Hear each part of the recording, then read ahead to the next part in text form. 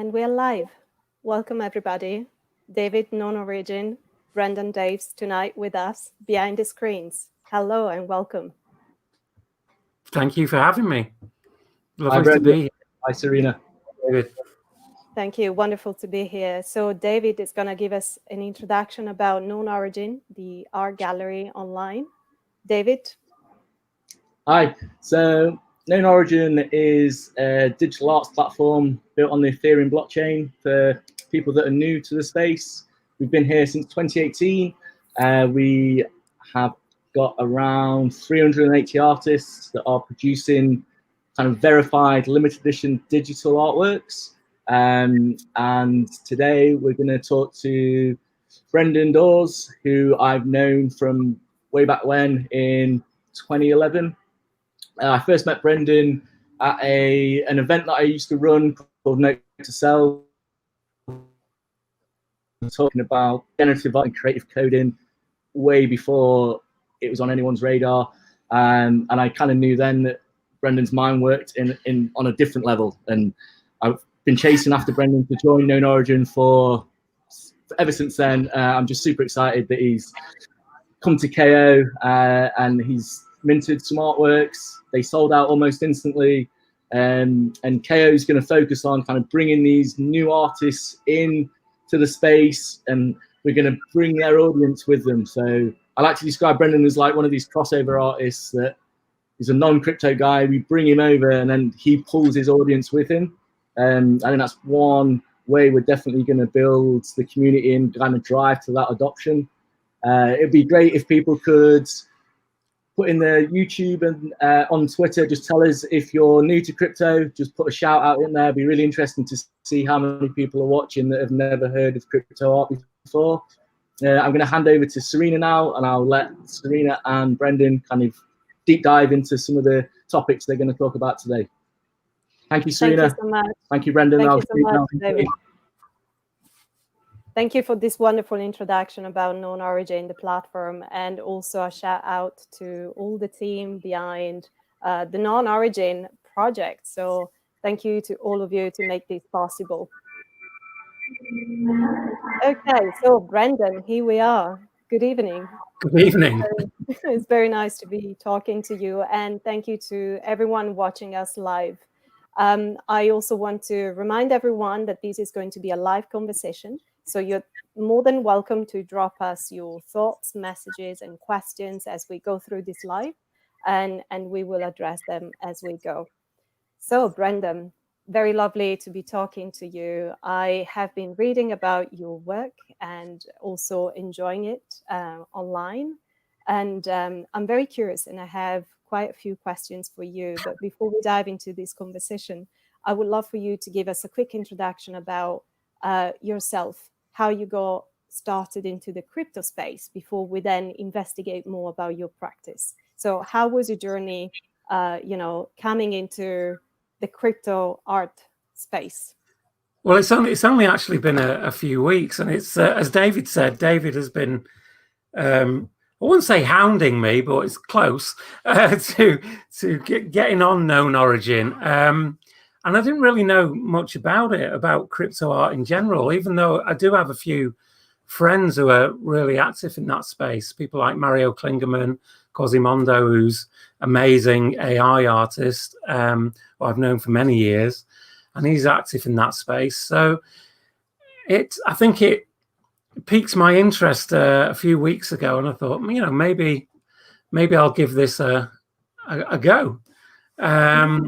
And like anyone, I guess, who's first starting in this area, because I knew of blockchain, I didn't know anything about blockchain or really how it works properly. So yeah, there was a few things I had to figure out, like what's a wallet? I didn't, all this kind of stuff that seems so naive now, but you figure that stuff out, and then eventually you do it. And with the help of KnownOrigin guys, they're really lovely and really helpful, because I was having a few problems, and they were really nice. And the system they've built is so great anyway. But yeah, I put some stuff up there and it sold. I think the first one sold in under 2 hours. So I was amazed, because I don't take any of this for granted. So yeah, so it's really exciting. It's I'm really think this is a new thing for me that really want to explore a lot more. So from what you're saying, I feel that Mario was one of the first person that introduced you to the technology of blockchain. You said you heard about it, but how did you find the power of the community, I would say, supporting your entering into this space? Because you said it's only been a couple of weeks, which is quite surprising. I'm talking to, normally I'm used to be talking to artists, and we sort of go back in the last couple of years, which feels already like a long time, that we've been talking about crypto art galleries online. And with you, it feels like it's been such a short time, but so much has happened within this time. I wonder how the community has helped sort of facilitating all your friends or connections sort of entering this new space, or whether you had an initial interest and maybe you went on and discovering and searching for it. And this is kind of like sharing your experience with the audience that is new to this kind of crypto art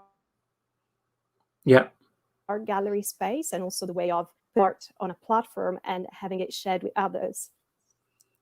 Yeah, well, what was interesting was I had to do a lot of research, because there was so much to understand and how it worked, and both from a blockchain point of view to the crypto art world in itself. It's always one of those wonderful things on the internet when you go, you discover something new, and you go down this rabbit hole, and this whole world opens up to you that you didn't really know. You knew it was there, but you didn't know anything about it.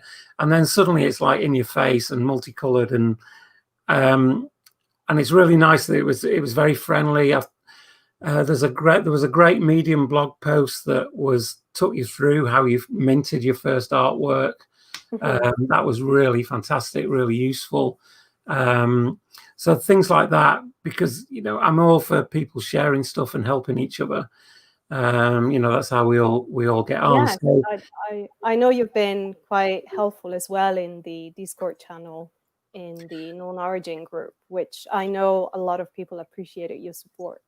Oh well, I'm only doing little bits compared to some people, but I think you have to be a little, if you can try and help others or interact with the other people on there, because I'm trying to understand this space. I'm trying to understand what works, what doesn't work from an art point of view, all that kind of stuff, what sells, what doesn't sell, when to release stuff, all those. I've got, all these kind of questions.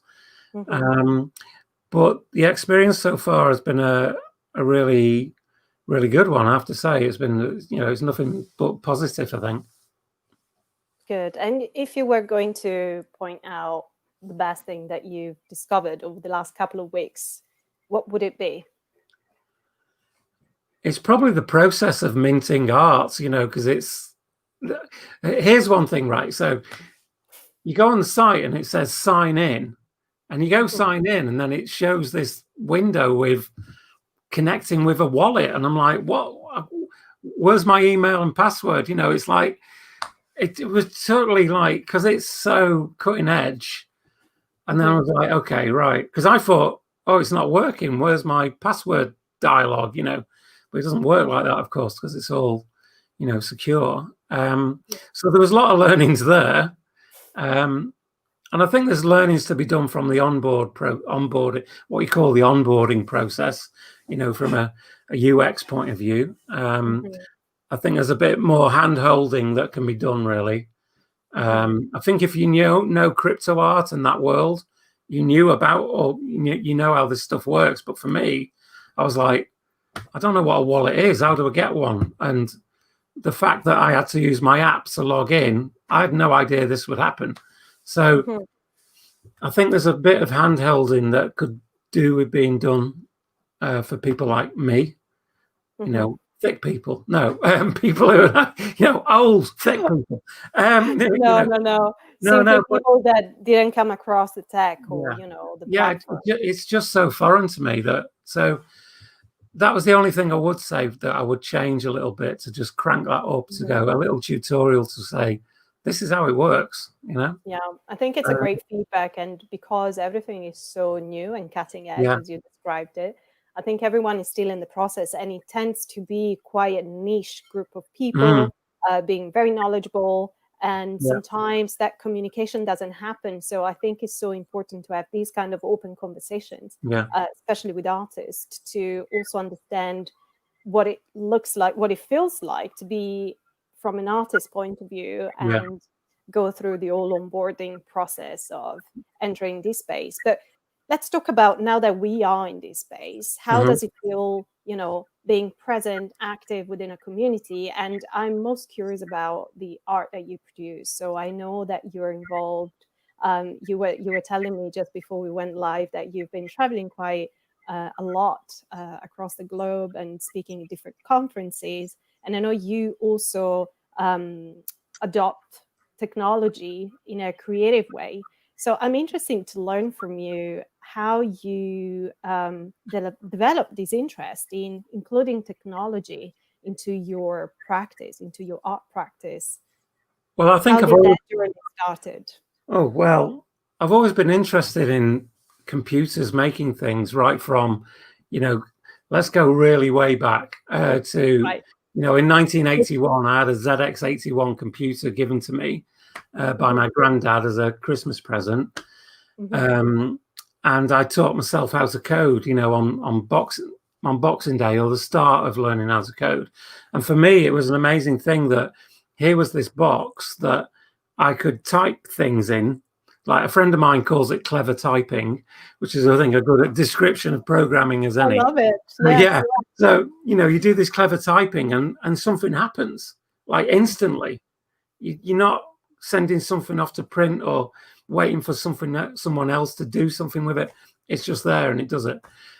So I taught myself how to code, but I never got a job in it, because when I was at high school, in the 80s, there was one computer in the school, and the A streamers, the people I hated, I was a B streamer. We had streams back then, right? So the thickos were in the B stream. So you weren't allowed to touch this computer, So I taught myself at home, and spent my teenage years in video arcades, Space Invaders, Asteroids, that kind of stuff. But I guess I had a record contract for a couple of years in the rave music scene, with a record label in Liverpool. Never made any money, but put a few 12-inch singles out there.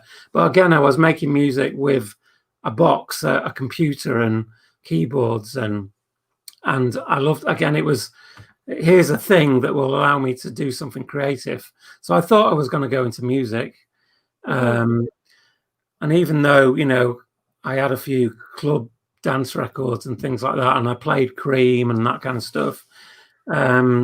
I got my brother on stage with me. He had nothing to do with music, but I needed to make it look good, so he was dancing up on stage pretending to play keyboards. It was all fake, and then I got a job in a factory drilling holes in fiberglass for 8 years, because I needed a job. And then, so fast forward 8 years, and the web came along. This was 95, 96.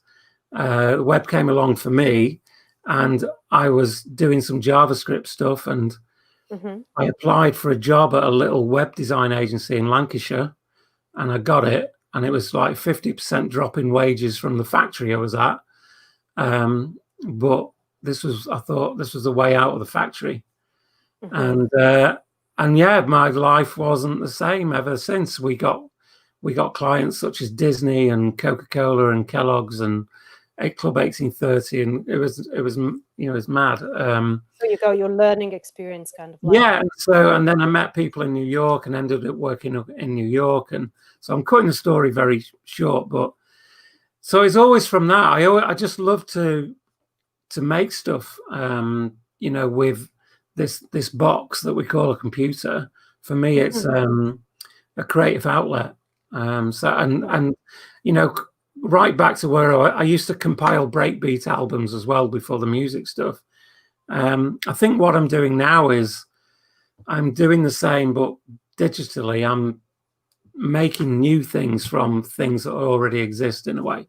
I'm compiling things, I'm collecting things, I'm editing them together, even though a lot of them I am creating from scratch. But I like the idea of ready-mades, like Duchamp talks about. So all that kind of stuff. And I guess it's all connected in some way. And what does inspire you when you create? Because I look at your art and I know that you've also been researching around generative and machine learning. Yeah. But I'm always kind of asking myself, what is the artist's inspiration from what I see? So I would love to ask you, what does it inspire you? What do you see when you create art? Well, the primary thing is, does it make my heart beat faster? Does it, you know, it's an emotional response, and the reason I'm doing the work is to get emotional responses from people, and that means they can also hate it. What you don't want to do is make work that people just think is, oh, it's okay. You know, who wants to make work like that? You want people to either love it or hate it, and you don't want to do in between. But from an inspiration point of view, I tend to look elsewhere. I always encourage people to look outside of your own sphere that you think you're interested in. So, you know, a lot of my stuff, I love architecture. So I've got an amazing book here of Zaha Hadid's, who, you know, I find completely inspirational, and those forms. And if you look at a lot of stuff that I make, it's very, I think it's kind of architectural. You can imagine it existing in an actual space. And some of the physical installations, obviously, they do exist. But so yeah, architecture, nature, the mathematics. I hated maths at school. Hated it. But yeah, but I think, you know, looking at it now, it's a whole different thing. Yeah, this is it. Why don't they teach it? And maybe they do nowadays, you know, but why don't they show the beauty of mathematics? When I was learning it, you got a logarithm table book, which I still don't know what that was for, by the way. And, you know, and you just learn that stuff. And I was like, why are we doing this? But if they showed you, I agree. No, exactly. If they showed you the mathematics of a sunflower head, or which I've used in work, or it's amazing, you know. So mathematics, nature, architecture, photography, film, all these things, you know, I think I'm interested in time, the idea of time, representing time in some way. So yeah, those kind of things, really. Interesting. Yes, there's a question here for you. I'm going to share it on the screen. Okay. So Breakbeats for the win. Definitely can feel the influence in your work. Any compilations available for online listening? Yeah. I don't know if they're online. Hang on, I might have them here. Let me go off camera. I don't know where they are, sorry. But I've got a few vinyls. They were called, I think they were just called Breakbeats 1, 2, and 3, but they were on the Warrior record label. I think you can still find them on Discogs and places like that.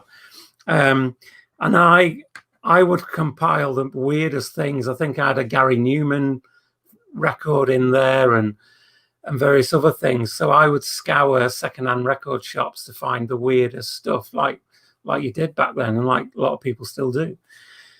So yeah, Warrior Records Breakbeats albums. The famous one is Ultimate Breaks and Beats. I didn't do that one, but they were a massive series of breakbeat albums. But if you can hunt down the Warrior Records ones, you will see my name on a few of those. Yeah. Super. Thank you. There's another question that came through just now, so I'll share this one as well. So choreographic is one of my favorite pieces. Oh, yeah. You know the Royal Ballet dancer. Yeah.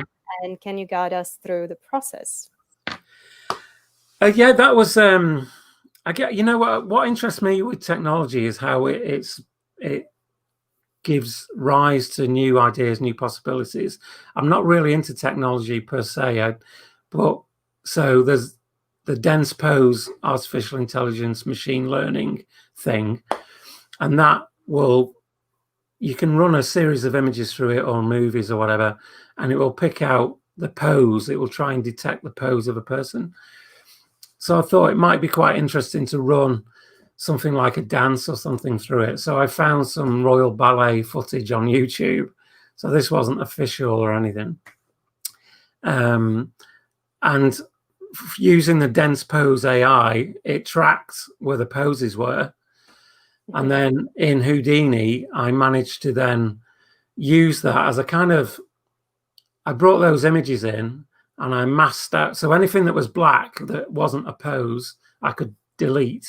So it left me with a pose of a character for the whole thing. And then once you've got that, you've got points, you've got, you've got points that you can then apply whatever you want onto. So I did a few different ones, from particle things to making it look like a liquid, it's so yeah, it was, and there was no motion capture. That was the point. Normally with those kind of things, you have motion capture suits and that kind of stuff.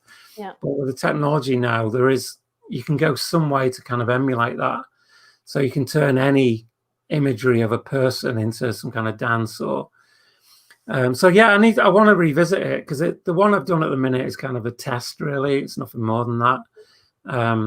A lot of the stuff I do is just experiments that then go on to make commercial work, or it's important to experiment all the time with these ideas, and and they're not perfect, but they're just something you can put in the cupboard to go, maybe I'll use that one day, Yeah, for sure. Thank you for sharing this story. It's so fascinating to learn what's the process that brought you to create, and what's the story behind that. Lovely, thank you. I am, I've been thinking as you were describing this, what is your relationship with technology? Whether you see as a tool that supports your creative process, or if you see as a sort of companion that kind of like creates with you.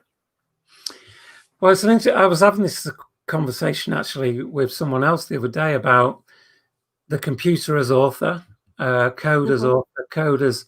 So really, what I do is I'm creating a playground for parameters, variables, code to play within.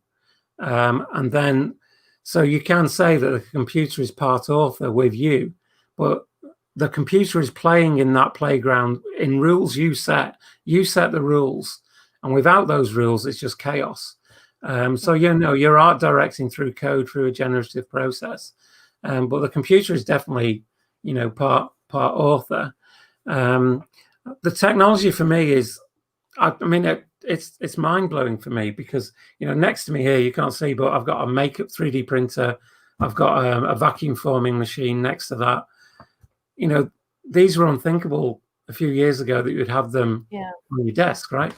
Yeah. So that then makes me think, how can I use 3D printing in my work? And I've done that for clients because it's sat next to me. It's kind of it's convenient.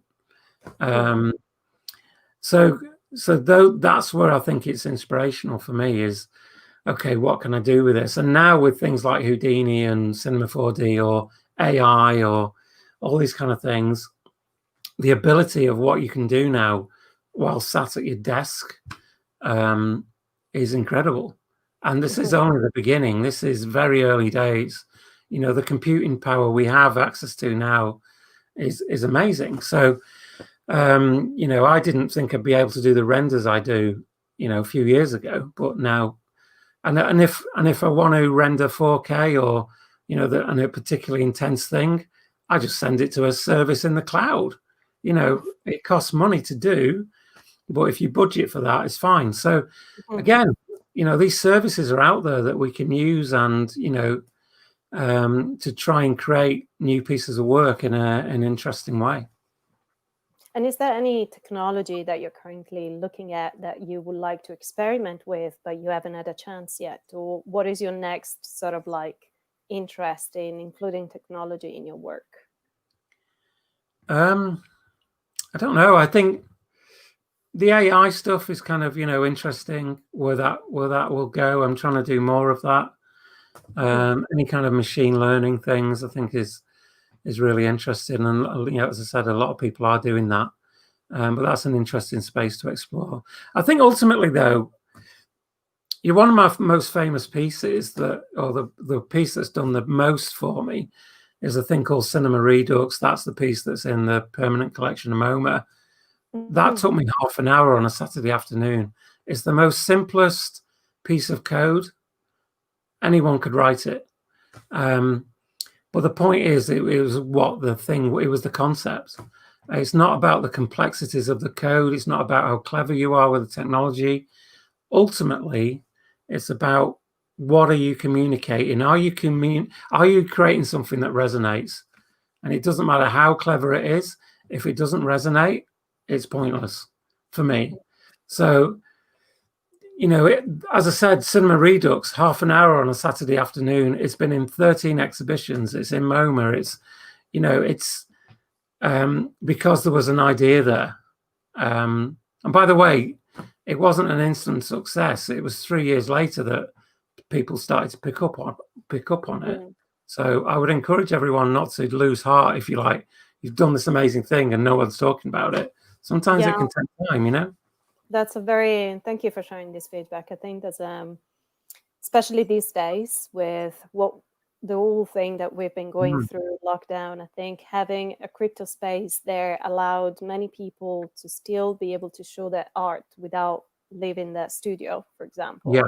And thank you so much for saying these words, because I think we should really be there in support of every artist around the world. And those stories are fascinating because they reveal how important it is to keep believing in what we do and having, the courage to share that story. So it's very important. I would say, I think I speak to a lot of people who are afraid to put the work out there, because they don't think it's good enough. But you don't want to prejudge your audience. People will surprise you, and people will see things in your work that you do not see. And when I did Cinema Redux, I just thought, yeah, it's all right. And it was other people who were like, no, actually, that this we really like this. So try not to prejudge things. Get your work out there, and you have to be relentless though, and and do not give up. But it's hard, I'm not going to say it's all, even now I have months with no work on, it's even now. So it's it's not it's the rose tinted spectacles thing, but you've got to keep doing it. Yeah. No, it's very, very important. So we now reached a time where I would love for you to be sharing your screen and show us some of your wonderful artworks, if you would like to. There's also somebody here asking, and I think we can do this while we show some art about your creative process. So maybe we can address this question while we look at some specific work and talk about it. Well, I have to say hello to Arjit because he just bought a piece of work about a few hours ago. So thank you, Arjit, for that. It's very kind of you. So let me show you. I've got one piece that I did last year, which has been really successful for me, is the art of cybersecurity. And this was a commission from Trend Micro, one of my commercial clients. But the process is quite hopefully an interesting one. Let me share my screen. I was just about to show you then and realized that I haven't shared my screen. So here we go. No worries. We will use this amazing technology. So can you see that? I'm making of art. Yeah. Here we go. Okay. I'm just going to hide the question. Okay. So this was one of the images that was the final piece. And so this was for Trend Micro, who are a massive company now based in Japan, and they provide services and systems to protect huge computer networks from threats and cyber attacks and that kind of stuff. And they came to me and a few other artists to create this campaign called The Art of Cybersecurity. And so what you can see there is I came up with this idea of showing the threats, but also showing the creativity that is allowed to bloom because the threats have been stopped. So let me take you through some of that process. So, you know, we're talking about cutting edge technology here, but everything starts with a pencil sketch, you know. And people love iPads and stuff like that. And if you use an iPad to do this kind of stuff, great. I personally like pencil and paper. I'm a bit of a pencil geek. So I like to just throw, and paper doesn't judge you in the same way digital stuff can, I think. So when you're doing very rough things, I like to do all this kind of stuff. So these are a few examples. And I would share these with a client, you know, oh, I'm thinking about this, and it starts conversations. So it's important to do that. And then if, you know, you asked about my inspirations. So in this particular piece, looking at sea creatures, and so, you know, I wasn't looking at data visualization work or anything like that. It doesn't interest me. Instead, I'm looking at anything but that. So these kind of forms, you know, jellyfish, coral, that kind of stuff. But then what happens is you have to, you need to simplify it down for people to understand it. So I realized it was about three things. It was about the individual attacks. It was about the shape of the network that protected your computer from the attacks. And I'll show how I created that form in a minute. And then why are we doing this? Why are we protecting our computers? Well, it's so we can get on with our day. And in our case, the people that are watching this, it's to make beautiful, creative things, right? So I needed to show that as well. You know, that's the reason why we're stopping these attacks. So I did this stupid little sketch, showed it to the client, and they thought, yeah, they totally understood it. And then so then you have to go, okay, how do I make that? You know, yeah, you can't just press a button and it does it. And the way I did that was, you know, you start small and you start, you know, individual things. So I had a spreadsheet of 350,000 data points that Trend Micro had sent me. And so I just started, you know, what does 350,000 things on a asteroid look like, for instance, on a rock? So, you know, I would do that, and it would be black and white, so we don't worry about color at this point. And then I took 350,000 things and put them on a landscape. Is this interesting? I don't know, maybe not. And then I made like little meta balls. You know, was this a thing? So, you know, we're having these discussions. I'm having these discussions in my head. But then what happened was I needed the central form of the network. How was I going to show that? And part of the spreadsheet, they had broken down these threats to different, what they call industry verticals. So the banking industry, the healthcare industry, they were all sort of categorized in that way. So I thought, what if I create a form based off what that industry is in a very super abstract way? And to do that, I used an MD5 hash, which is a security algorithm. Really don't want to store your passwords in an MD5 hash because it's easily hackable.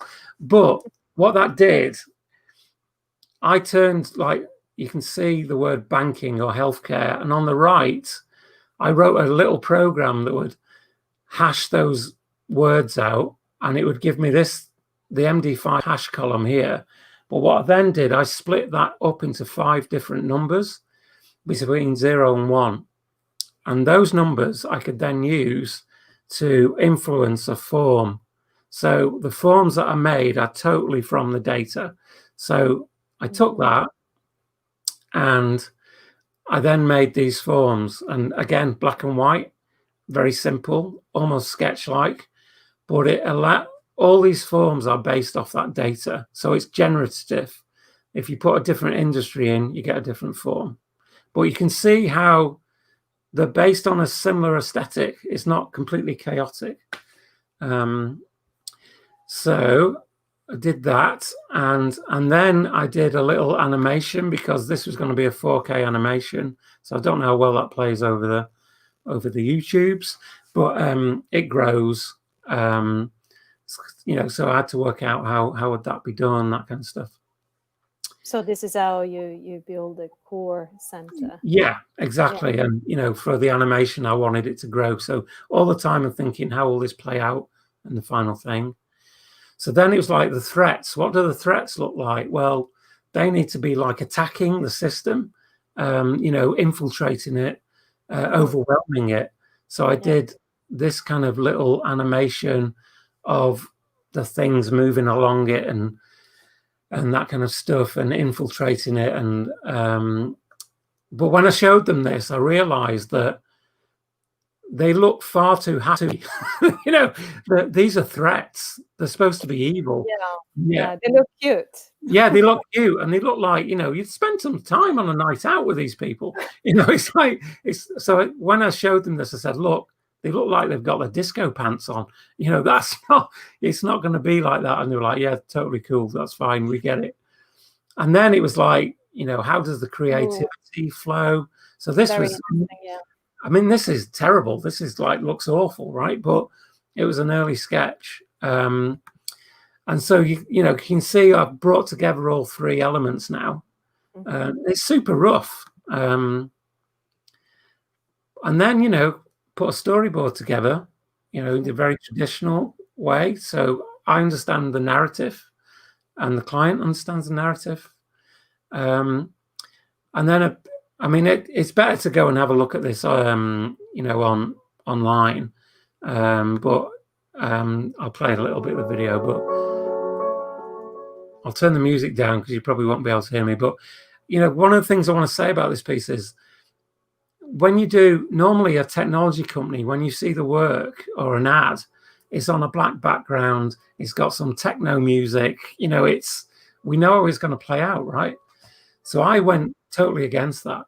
I wanted it on a lighter background. I wanted a lighter feel, and I wanted the music to be kind of Philip Glass type music. So I licensed this particular piece of music, and so it was totally not what you were expecting a technology data company to do. So all this is generated with data. It's all done in Houdini. This is the first thing I'd ever done in Houdini. And yeah, it's been in since then. It was longlisted for the Lumen Prize and last year, and it's been in several books and a few exhibitions. And so, for me, this came about because in 2018, I thought I'd done the worst year of work I'd ever done. So did this one came as a response or as a need? Did this came as a response or as a need to sort of compensate for how you felt?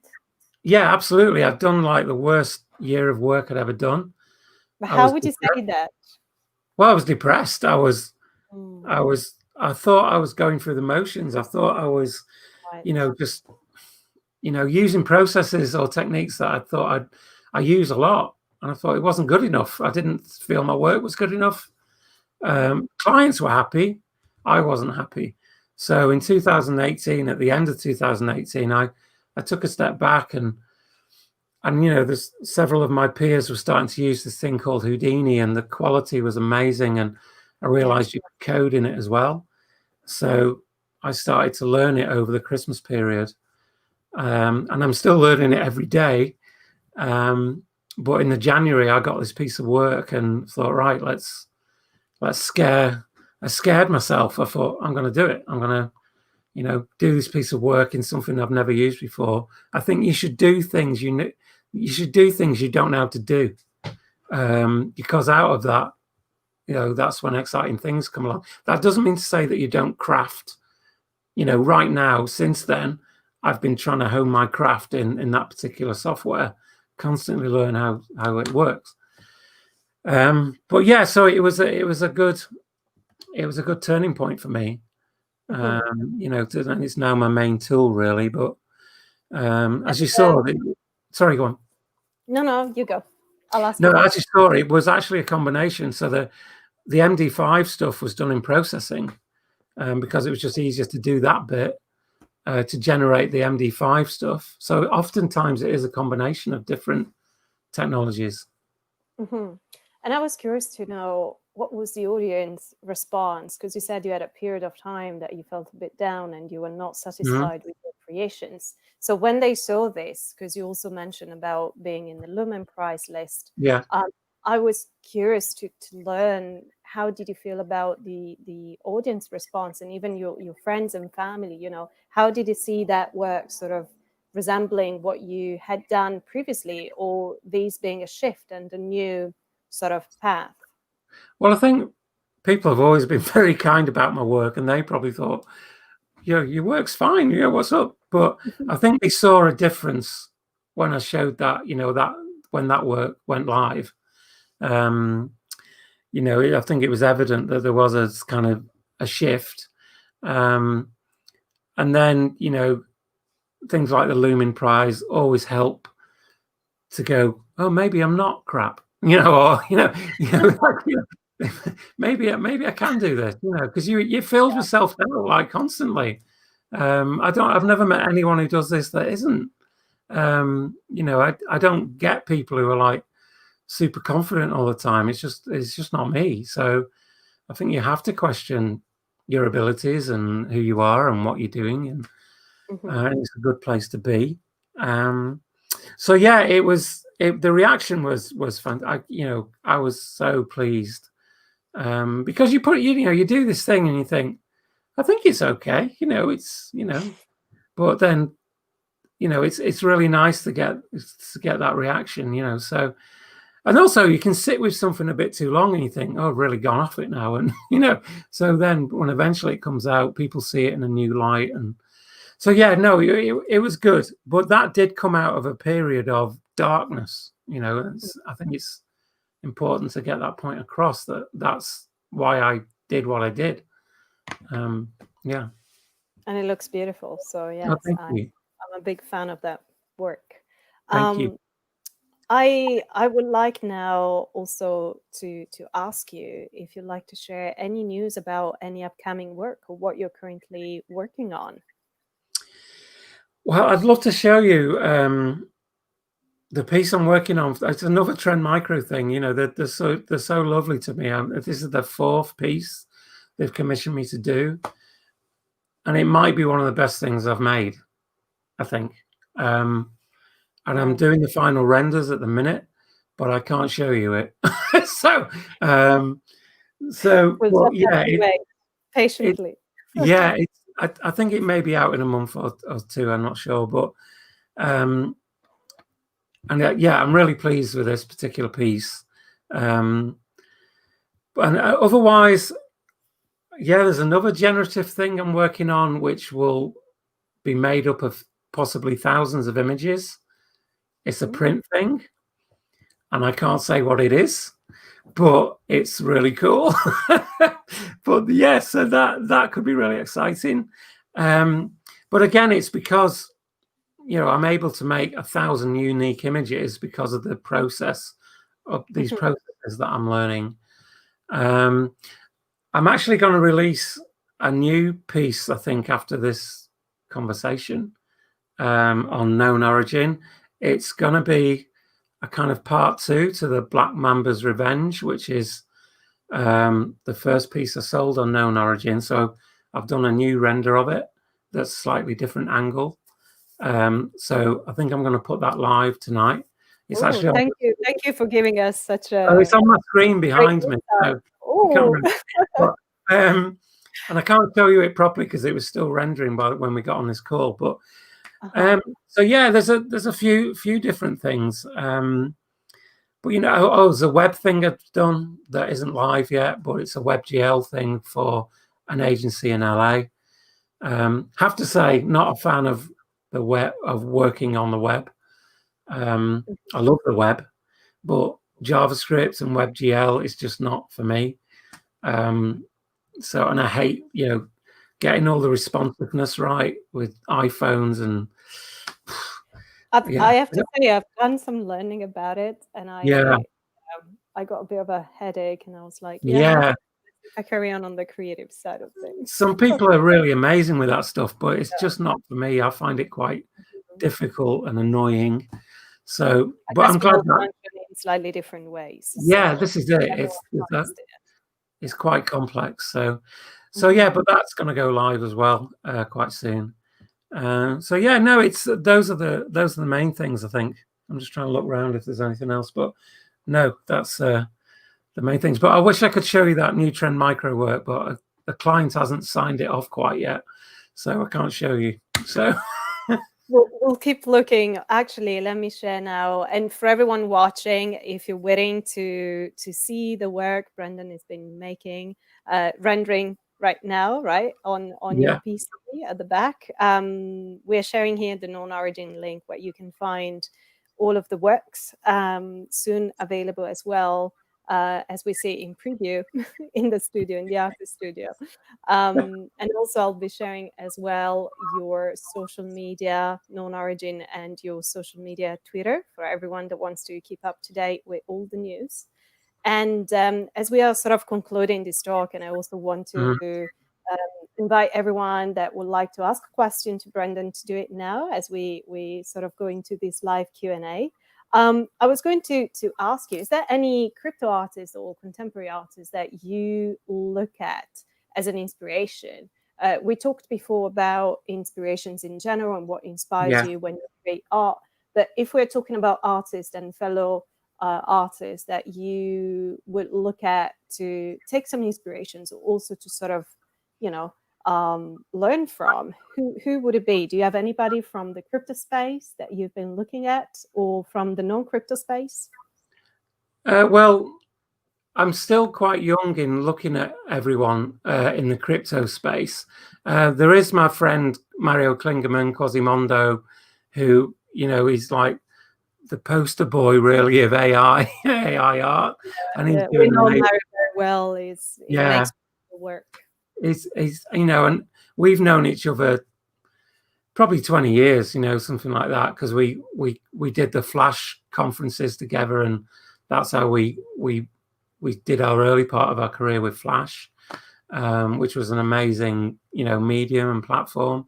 There's actually a guy called Yuji Agamatsu, who is not a crypto artist, but he's a Japanese guy in New York, and he does this stuff where he finds like debris on the sidewalks of New York, and he creates these, like, he calls them assemblages. So they're like mini sculptures, but they're out of rubbish, and they're really quite beautiful. So I like that idea of making things from found things and things that pre-exist. But it also, for me, is all about looking at the world in a slightly different way, things that we often just, don't even notice. But if we stop for a moment and realize there is beauty in the tiniest of things, that's why I like his work, because he sees that. But he's also, he's not just collecting any old literally rubbish. He's curating it. He knows what is going to work, and he's editing it. And I think we need way more editing in this world, by the way, to to raise the bar. And we need to curate a lot more, I think. So him, Yuji Akamatsu, is really good. There's probably lots of others, from film director point of view, Lynn Ramsey, who did You Were Never Really Here, and We Need to Talk About Kevin. What I love about her, she makes a film every about 5 years. She's not in any hurry. And when she makes a film, it's like incredible. Yeah. So like when somebody has something to say, then exactly. They're not in any hurry. They're not rushing it, and that appeals to me as someone who's like, my age. I'm not in any hurry to just churn stuff out. I want to take my time, craft, go deep, learn and listen. So it's those kind of things that kind of inspire me, and those kind of artists that inspire me right now. Thank you. It's such a great list. We should definitely go and find out more. We have one final question for you, Brendan, Yeah. which I think you may be quite interesting. So we've got Slane asking, what are the key differences that you prefer from the crypto art market over the conventional art market? Do you have any insight to share about this one? Well, it seems to be, one is so immediate. It's just, you get feedback straight away, and people buy it, and so there's no, you don't have to go through an agent, and I have an agent who is wonderful, and I have a great relationship with him. And that kind of stuff goes out on the Affordable Art Fair and those kind of places. But I love that you can reach an audience incredibly quickly, and you're part of this thing called crypto art, which seems right now really friendly, and they help each other, which I think is really encouraging. I think the art world is known to be, let's face it, not the most friendliest place. Yes. Yeah, very snobby, very elitist. I failed art at school. I haven't come from an art background. I haven't done fine art or anything like that. And what I like about this is, it doesn't judge you. There's, as I said, there's no elitism. Whether this will change, I do not know, as it becomes more and more popular. I think obviously it will change over time, let's face it. But right now, I think that's what appeals to me, and I think many others, is the ability to put your work out there. And then when someone buys something, it's a lovely thing. I'm not just talking about from the monetary point of view. Yes, yeah. Someone has gone, I like that so much, I'm going to give them some money. That is a big deal. And I don't care if it's like tiny amounts or big amounts. The fact that someone has done that means a lot. So it's not to be underestimated, and to get that ability to do it quickly, to the whole world is a fantastic thing.